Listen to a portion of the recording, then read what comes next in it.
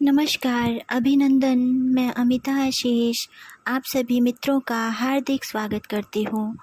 आज मैं कहानी श्रृंखला के अंतर्गत लेकर आई हूँ उषा प्रियमवदा जी की कहानी स्वीकृति। तो आइए सुनते हैं आज की कहानी स्वीकृति।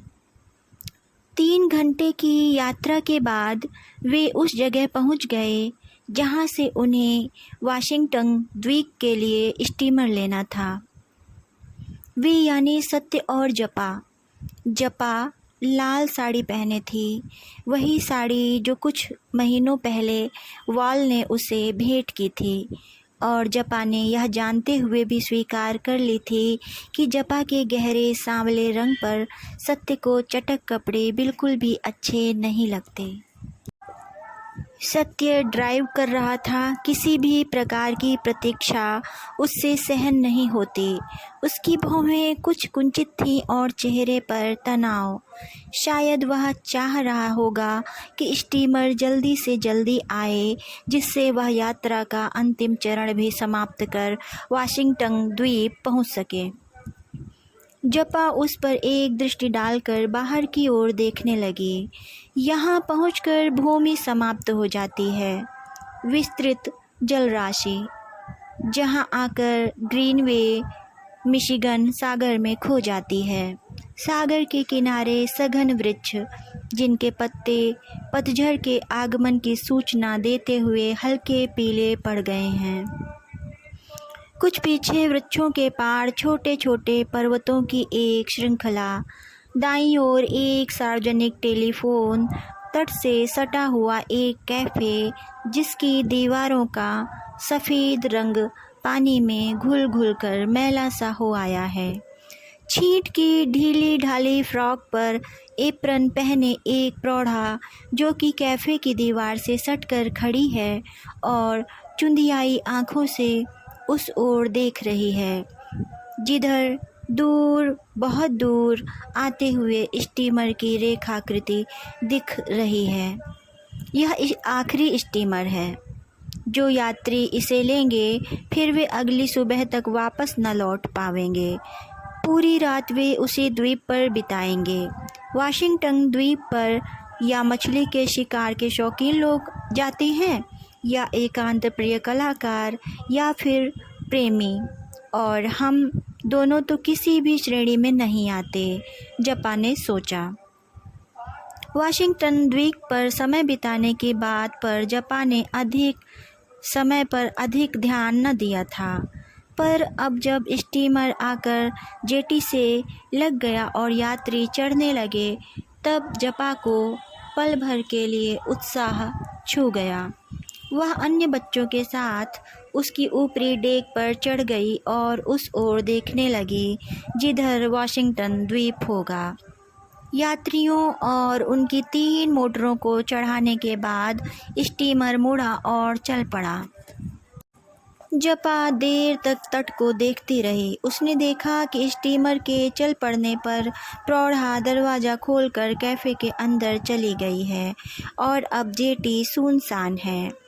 जपा एकाएक ऊपर से नीचे तक कांप उठी।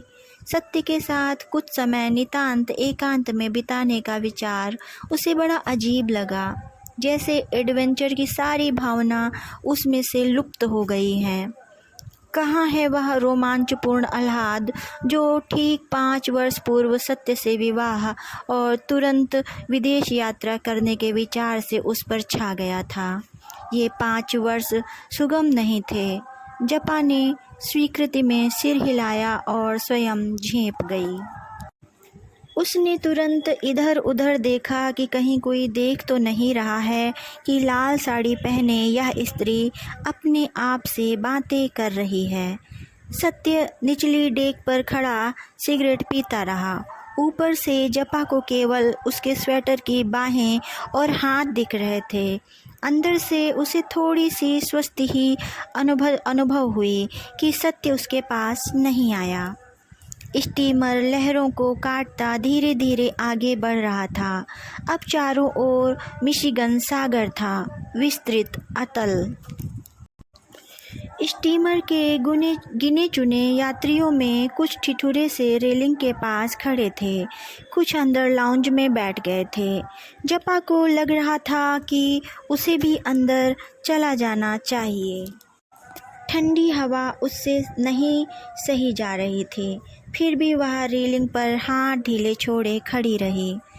फिर उसे सीढ़ियों के ऊपर आता सत्य दिखाई दिया। सत्य कत्थई रंग का काफ़ी पुराना स्वेटर पहने था, जो कि उसके गेहुए रंग पर बुरा नहीं लगता था। सत्य की गंभीर काली आंखें, घुंघराले बाल उसे काफ़ी आकर्षक लगते थे। यदि किसी को इस तरह की सुंदरता पसंद हो तो। जपा ने बड़े ठंडेपन से सोचा। उसे तब अपने ऊपर आश्चर्य हुआ, अपनी दृष्टि के इस ठंडेपन और निरपेक्षता पर। वह दृष्टि एक 5 साल की विवाहित स्त्री को अपने पति के प्रति नहीं थी, वह थी केवल एक स्त्री की दृष्टि एक अन्य पुरुष के प्रति। शायद इसी दृष्टि से जपा ने वाल को देखा था। वाल उसे अच्छा लगा था, तभी तो जपा ने उससे यह साड़ी भेंट में ले ली थी। यह लाल साड़ी वाल से उसकी भेंट भी कैसे अप्रत्याशित ढंग से हुई थी। सत्य ने जपा की नियुक्ति मिशिगन सागर के किनारे गगनचुंबी अट्टालिकाओं वाले नगर में हिंदी पढ़ाने के लिए करवा दी थी। वैसे तो जपा जाड़ों में ही कहने लगी थी कि जून में उसकी यह नौकरी जब खत्म होगी तो वह और काम हाथ में नहीं लेगी। पब्लिक लॉ 480 में आई किताबों की कैटेलॉगिंग करते करते वह थक चुकी है। अब उससे और अकेला रहा भी नहीं जाता। जून में काम खत्म करके वह सत्य के पास आ जाएगी और फिर सारी गर्मियाँ मनचाही रीति से बिताएगी। सुबह देर तक सोना, फिर बालों में कंघा फेरते हुए चैन से बैठकर कुछ गुनगुनाना, रात के भोजन के लिए मन से कुछ खास व्यंजन बनाना। सत्य के फ्लैट के पीछे कच्ची धरती का एक टुकड़ा है, उसी में टमाटर, हरी मिर्च व धनिया उगाएगी और किनारे किनारे ग्लेडियोलाई की कतारें। अपने लिए कुछ अच्छे कपड़े खरीदेगी और इस प्रकार सहज भाव से दिन गुजारेगी। सत्य ने पहले उसकी बात मान भी ली, तभी आ पड़ी यह नौकरी। हेम ने जपा से पूछा भी नहीं, सीधे ही सत्य को फ़ोन किया और सत्य ने स्वीकृति दे दी। सुनकर जपा म्लान पड़ गई। मैं तो तुम्हारे साथ रहना चाहती थी, अब एक अनजान नगर में मैं कहाँ जाकर पढ़ूंगी। अनजान शहर क्या? हेमशंकर तो उस प्रोग्राम के डायरेक्टर हैं, तुम्हारा ख्याल रखेंगे। जपा ने कहा तब सत्य का स्वर कुछ कड़ा हो आया। हम जिस स्थिति में हैं उसमें $1500 का ऑफ़र स्वीकार नहीं कर सकते। क्यों नहीं कर सकते? जपा ने एकाएक चीख कर कहा। यही होगा न कि आपके नए घर में खिड़कियां कुछ सस्ती लग जाएंगी या गुसल खाने में टाइल्स। कहते कहते उसका गला भींच आया। उसने देखा कि सत्य की मुख मुद्रा अत्यंत कठोर हो आई है। सायास अपने को संयत करते हुए जपा ने कहा, अच्छा मैं चली जाऊंगी, और उठकर अंदर चली गई। जब तक गर्मियां आईं, जपा ने अपने आप को समझा लिया था। सदा की तरह भारत लौटने पर एक नया घर, मोटर व तमाम आराम के सामान जो कि एक साधारण लेक्चरर को कहाँ उपलब्ध हो सकते हैं। नौकरी करना जपा के लिए क्यों आवश्यक है, इस पर सत्य के तर्क दोहराते दोहराते वे उसे स्वयं भी स्वीकृत हो आए थे। प्रोग्राम की ओर से जो मकान जपा को दिया गया था वह सत्य को अधिक महंगा लगा। 2 दिन तक खोजने के बाद उसने एक छोटा सा फ्लैट तय किया। जपा को वहीं छोड़कर वह वापस चला गया अपनी नौकरी पर। जपा इस सब के बीच एक निष्क्रिय दर्शक मात्र बनी रही। जब सत्य ने मकान ढूंढ लिया तो चली गई। अपना टाइम टेबल देखा। सुबह 7:30 से 9:30 तक लगातार एक क्लास हिंदी ड्रिल की। रोज़ रात को घड़ी में अलार्म लगा देती, सुबह 6 बजे उठकर तैयार होती और 7:30 बजे क्लास में 2 घंटों तक यंत्रवत हिंदी में उच्चारण का अभ्यास कराती रहती। दोपहर का भोजन विद्यार्थियों के साथ ही करने का नियम था।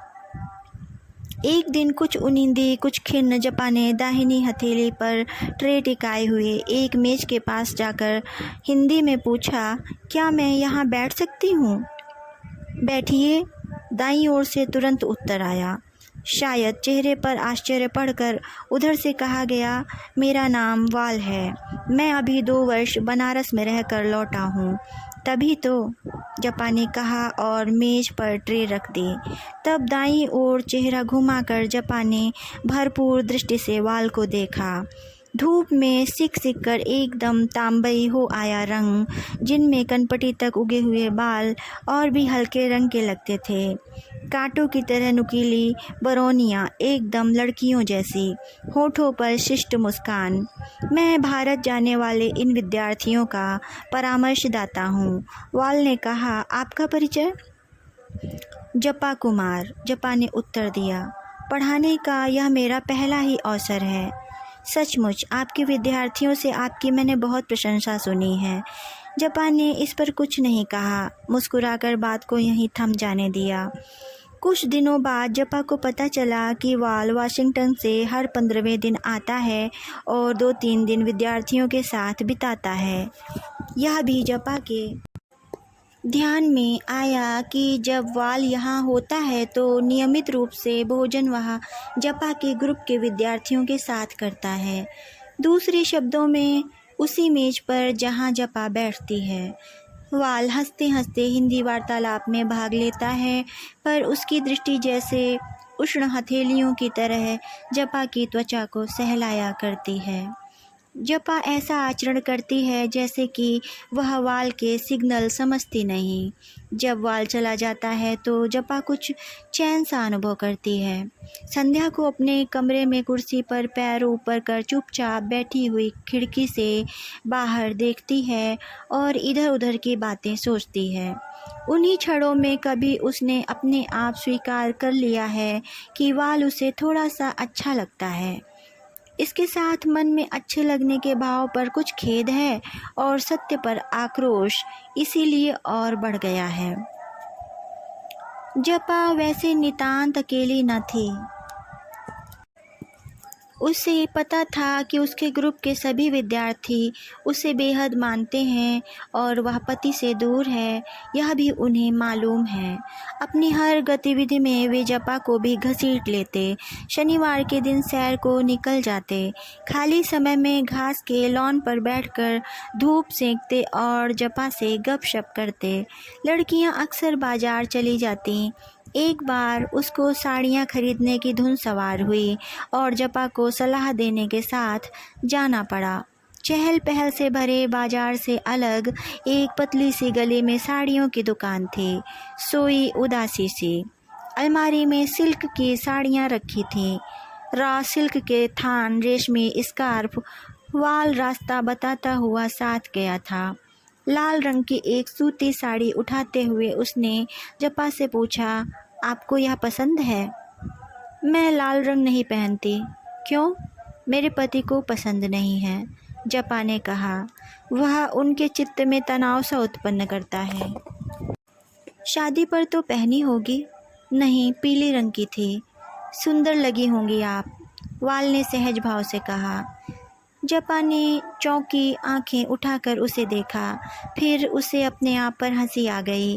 रूप रंग साधारण होने के कारण विवाह में कितनी अड़चनें पड़ी थी, यह वह वाल को कैसे बतलाती। सत्य से शादी भी कितनी हबड़ तबड़ में हुई थी। सत्य पोस्ट डॉक्टोरल फेलो होकर विदेश आ रहा था। पत्नी पढ़ी लिखी हो और 2 टिकटों का प्रबंध दहेज में मिले धन से हो सके, उसकी केवल यही 2 मांगें थी। विवाह के बाद 2 दिन भी चैन से न बिता सकी थी। तीसरे दिन से ही पासपोर्ट और वीज़ा के चक्कर में लग जाना पड़ा। जपा ने बिना किसी खेद के स्वदेश छोड़ दिया, न जाने किन सुखों की आशा में। जपा को अपने बारे में भ्रम कभी नहीं रहा। हालांकि शुरू में जब कॉलेज में पढ़ना शुरू किया था, एक खुमार सा मन पर छाया रहता।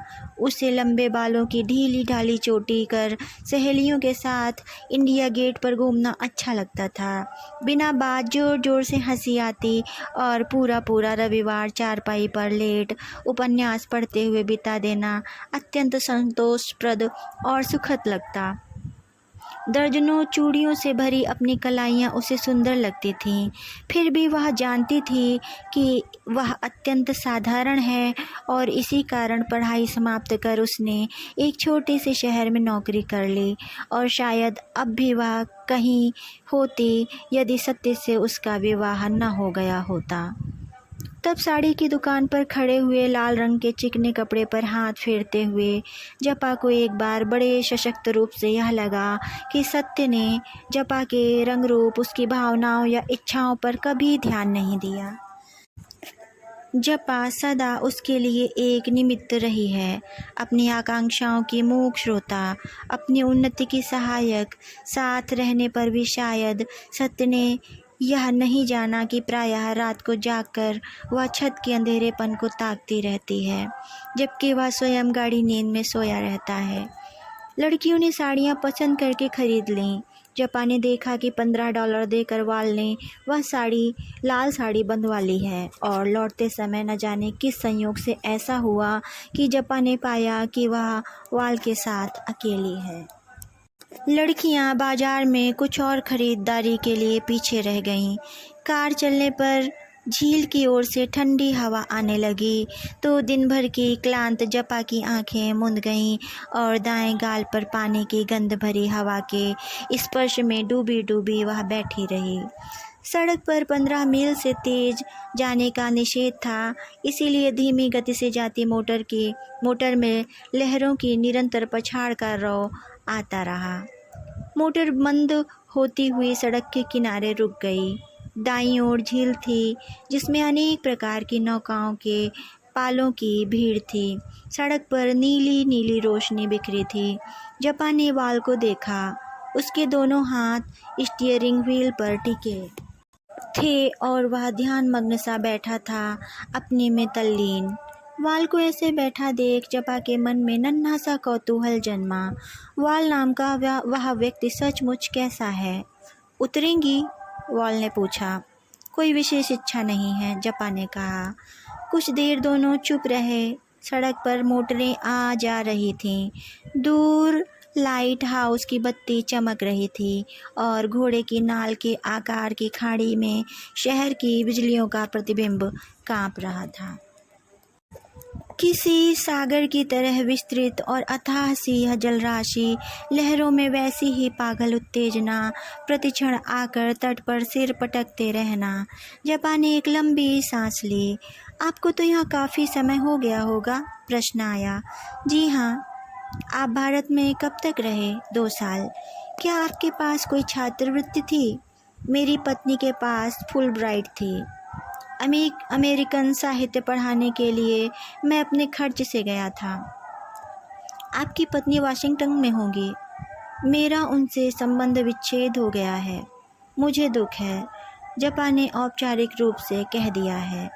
मेरी पत्नी अमेरिकन साहित्य पढ़ाने के लिए नियुक्त हुई थी, पर उन्हें भारत बिल्कुल पसंद नहीं आया। और आपको? I loved it. यह प्रोग्राम समाप्त होते ही मैं 2 वर्षों को फिर जा रहा हूँ। कहाँ? यह अभी निश्चित नहीं है। गर्मी में आपको तकलीफ़ नहीं हुई? मेरी पत्नी ऊटी चली गई थी, पर मैं बनारस में ही रहा था। दोपहर में दरवाजे बंद कर लेता था और छत का पंखा चलाकर पढ़ा करता था। उस संध्या के अंत के बाद जब जपा घर लौटी तो वह पहले से अत्यंत हल्कापन और प्रसन्नता अनुभव कर रही थी। उसके हाथ में साड़ी का पैकेट था और कभी उसे पहनकर वाल को दिखाने का वायदा भी कर चुकी थी। कुछ देर को वह सत्य पास खड़ा है यह भूल ही गई थी। सत्य वैसे भी मितभाषी रहा है, पर इधर तो वह कभी ही कुछ बोलता है। सत्य को नया स्वेटर चाहिए। जपा ने निरुद्देश्य ही सोचा। यह स्वेटर उसने विवाह से पहले बुनना शुरू कर दिया था। अब तो एक अरसा हुआ कि उसने ऊन सिलाई को हाथ भी न लगाया था। कुछ दिन पहले जपा ने जब नवविवाहिता मिसेज प्रसाद को एक छोटा सा स्वेटर बुनते देखा था तो उसे बड़ा अजीब सा लगा था, पर अपने विवाह के तुरंत बाद छोटे छोटे कपड़े बुनना उसे शायद स्वाभाविक ही लगता। एक नारी के जीवन की परिणति कुछ और भी हो सकती है, यह बात उसके ध्यान में भी न आई थी। जपा झुककर उन फेनिल लहरों को देखने लगी, सत्य से कुछ कहने से बचने के लिए। काफ़ी सर्दी हो गई है। जब बीच का मौन उसे स्वयं अस्वाभाविक लगने लगा तो जपा ने कहा, अंदर केबिन में चली जाओ। सत्य ने धीरे से कहा, नहीं, मैं यही ठीक हूँ। जपा ने दोनों बाहों को साड़ी से ढक लिया। सत्य पास पड़ी कुर्सी पर बैठ गया। जपा ने एक उड़ती दृष्टि डालकर मुंह दूसरी ओर कर लिया। अन्य यात्री समझेंगे कि हम लड़कर आए हैं, वह सोचने लगी। पर सच तो यह था कि पिछले दिन सत्य के एकाएक नौकरी से छुट्टी लेकर आने से अब तक उसमें केवल बड़ी औपचारिक सी बात हुई थी, और सत्य ने जब वाशिंगटन द्वीप जैसी निर्जन जगह जाकर भी विवाह की 5वीं वर्षगांठ मनाने का निश्चय सुनाया तो जपा चकित होते हुए भी प्रतिवाद न कर सकी। विवाह की वर्षगांठ वे नियमित रूप से मनाते थे, पर इतना अधिक आयोजन सत्य ने कभी नहीं किया था। 1 घंटे की निरंतर यात्रा के बाद जपा ने पाया कि दूर भूमि दृष्टिगत होने लगी है। पानी का नीलापन अब धूमिल सा पड़ने लगा है और कुछ दूर ऊपर मंडराती एक अकेली ईगल है। पूरा लैंडस्केप अत्यंत धुला धुला, उज्ज्वल और प्रकाशमय। स्टीमर के रुकते ही यात्री उतरने की तैयारी करने लगे। दाएं हाथ में पर्स पकड़े जपा भी नीचे आकर सत्य की प्रतीक्षा में खड़ी हो गई। सब यात्रियों के उतर जाने पर ही गाड़ियां निकलेंगी। उनकी कार का सबसे आखिरी नंबर है। फीके से पीले रंग की 1953 मॉडल की प्लिमथ। उसके आने पर वह सत्य की बगल में बैठ जाती है। टैक्सी वाला सत्य को होटल का रास्ता बता रहा है। जो भी गिने चुने यात्री उतरे हैं अपनी गाड़ियों पर बैठ रहे हैं और शायद टैक्सी वाले को अब कोई सवारी न मिले। वह काफ़ी बूढ़ा है और उसका दायां हाथ खिड़की पर टिका है। जपा को उसके हाथ लंबे और संवेदनशील से दिखते हैं। सत्य के धन्यवाद देने पर वह मुस्कुराता है और उसमें जपा को भी सम्मिलित करता हुआ कहता है, वाशिंगटन द्वीप पर आपका स्वागत है। कार चल पड़ती है और उसके झटके से जपा करीब करीब सीट पर गिरने को ही हो जाती है। सीधे बैठते हुए यह द्वीप जो छाप उस पर छोड़ता है वह पतली कंकरीली सड़क पर झुके घने वृक्षों की और सांझ के समय पक्षियों के सम्मिलित कलरव की है। ठंडी हवा के लगातार आते हुए झोंकों में एक ताज़ापन है जिसमें जपा के दाएं गाल से लेकर बाहें तक रोएं भर भर आते हैं। सत्य पर यह सब जैसे कोई प्रभाव ही नहीं छोड़ता। ऐसा लगता है कि अनजान सड़क पर कार चलाने में ही वह संलग्न है। पर जपा जानती है कि सत्य का वैज्ञानिक मन प्राकृतिक सौंदर्य से प्रभावित या द्रवित नहीं होता। उसके लिए आकाश केवल आकाश मात्र है, मिशिगन सागर केवल अतुल जल राशि, जबकि जपा के लिए ठंडी बालू में हाथ गड़ाकर अंजुल भर भर कर बालू के कण फिसलने देना या भर भर आती लहरों में पांव जमाकर खड़े होना या फिर असीम आकाश के नीचे बाहें खोलकर खड़े रहना एक अपूर्व अनुभव बन जाता है।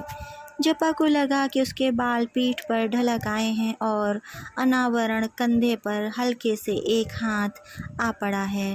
निश्चय ही यह सत्य का स्पर्श नहीं है।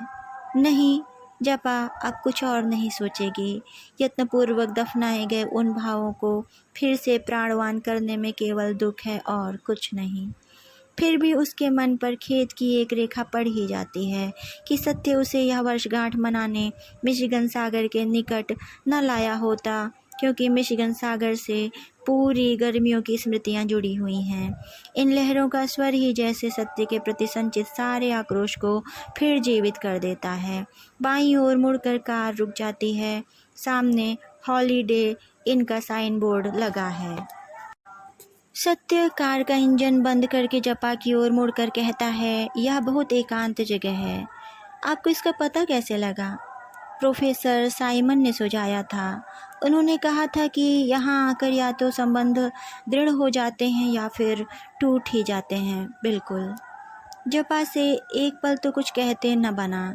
सत्य को भी इस विवाह संबंध से कोई असंतुष्टि हो सकती है, ऐसा ख्याल उसे कभी भी आया ही नहीं।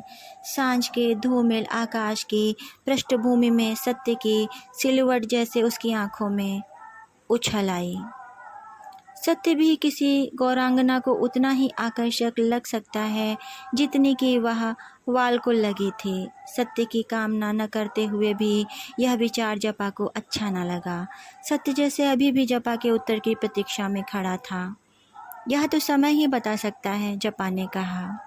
होटल की मालकिन जब उन्हें कमरा दिखाने लगी तब भी जपा की आंखें देख रही थी, पर मन में कुछ गुनगुन कर रहा था।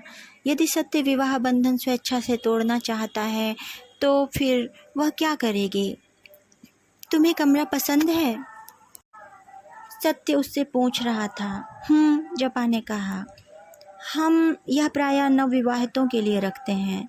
सफ़ेद बालों वाली वह स्त्री मुस्कुराती हुई दोनों को देख रही थी। ठीक है, तब हम यह कमरा अवश्य लेंगे।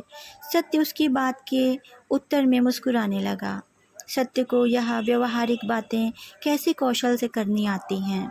कब किस व्यक्ति को कौन सा कॉम्प्लीमेंट दे, कब किसको क्या उपहार देना उचित होगा, तभी तो वह खटाखट उन्नति करता जा रहा है।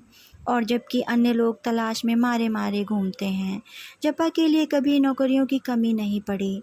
आजकल हमारा ऑफ सीजन है, इसलिए कोई अन्य सैलानी यहाँ नहीं है।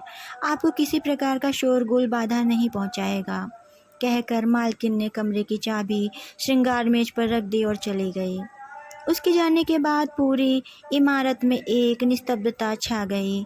तब जपा ने पहली बार सुना नियमित रूप से बजता वह हॉर्न, जो कि आते जाते जहाज़ों को चेतावनी दे रहा था। उसने लंबी पिक्चर विंडो पर से पर्दा हटा दिया और दूर लाइट हाउस में जलती रोशनी देखने लगी।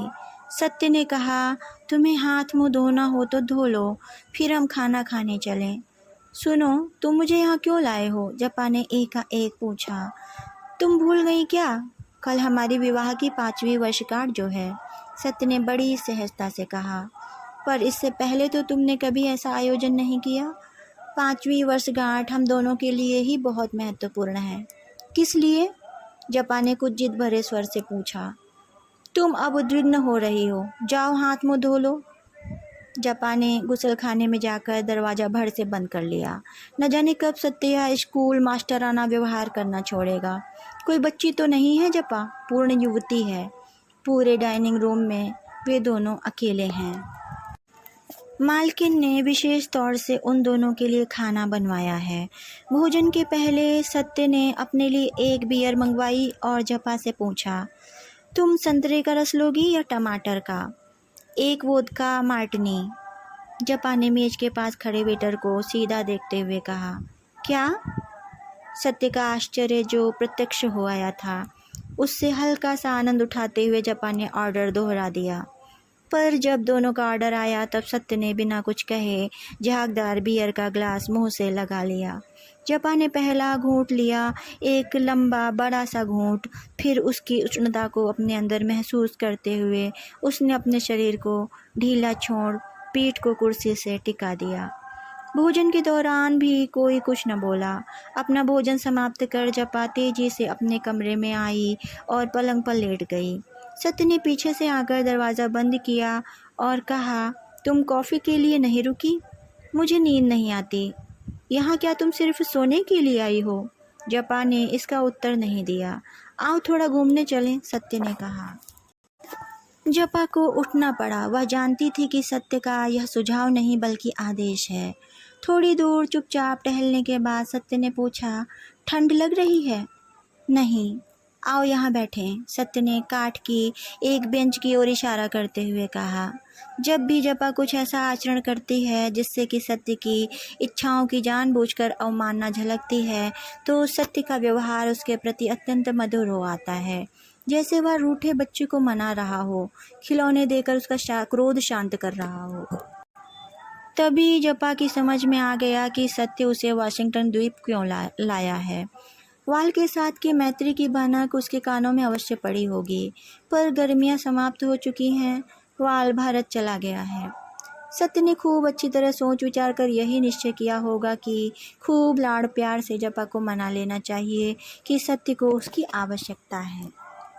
क्या उसी तरह जैसे जपा ने वाल की आवश्यकता अनुभव की थी, एक संगी मित्र और पुरुष की आवश्यकता, एक ऐसा व्यक्तित्व जिसके आगे अपनी भावनाओं, विचारों और अपने आचरण पर पड़े सभी आवरणों को एक झटके से उतार कर फेंका जा सके। न चाहने पर भी जपा उन सब अवसरों को याद कर उठी जो इसी सागर के तट पर उसने वाल के साथ बिताए थे। ठंडे पानी में कपड़े पहने ही प्रविष्ट कर जाना और बाद में शाखाओं और रेत पर बिखरी लकड़ियों को बटोर कर जलाई आग पर धीरे धीरे अपनी हथेलियों और तलवों को सेकना और पानी के उस पार आकाश का हल्के हल्के उजला हो जाना। सत्य ने निस्तब्धता को तोड़ते हुए कहा, जपा, क्या तुम भारत वापस जाना चाहोगी? क्यों? जपा विचारों पर व्याघात से चौंक गई थी। यदि तुम वापस जाना चाहती हो तो हम लौट सकते हैं। यदि तुम अकेली जाना चाहो तो भी, सत्य ने रुक रुक कर कहा। और तुम? मैं भी चलूँगा यदि तुम चाहो। और मैं क्यों नहीं चाहूँगी? जपा जान रही थी कि अधिक देर वह शब्दों का उलट पलट उससे खेल न सकेगी। सत्य ने उत्तर नहीं दिया। एकाएक लहरों का गर्जन बढ़ गया, शायद ज्वार आ रहा था। एक लंबी चुप्पी के बाद जपा ने कहना चाहा, वाल और मैं, तुम्हें कुछ नहीं कहना। सत्य ने मंद स्वर से कहा और उसकी लाल साड़ी का किनारा धीरे धीरे छूता रहा। कहानी समाप्त। धन्यवाद। नमस्कार मित्रों, मैं अमिता आशीष और आप सुन रहे थे कहानी स्वीकृति, जिसे लिखा था उषा प्रियमवदा जी ने। यदि आपको कहानी पसंद आई हो तो इसे लाइक और कमेंट करना ना भूलें तथा सब्सक्राइब भी अवश्य करें। धन्यवाद।